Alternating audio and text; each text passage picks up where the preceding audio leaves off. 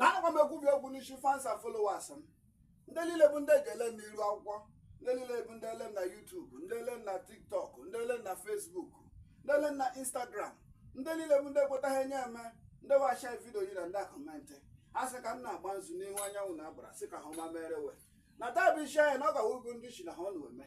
na ha na-eme gị nwe isi na taa bụ isi anya nọ n'ihu anyanwụ na-ekpere we ekpere si na ha ọma gị merewe na eke, ọma gị merewe na ori, ọma gị merewe na afọ, ọma gị merewe na nkwọ. Emeli m ala na akawe gị ka mma. Ndị niile laikiri eriwa agwụ eriwa families niile ndị dị n'ala bekee dị na mba dị iche iche na nna amawe nzu taa n'ihu anyanwụ n'ihi na ada onye bụ nnọbọ na anyanwụ asaghị acha si mgbe anyanwụ na-ebilite ka họma na-emebe na ndụ na-eke n'ori na afọ na nkwọ na ọdịda anyanwụ na họma ga-emebe na ndụ na-eke n'ori na afọ na nkwọ.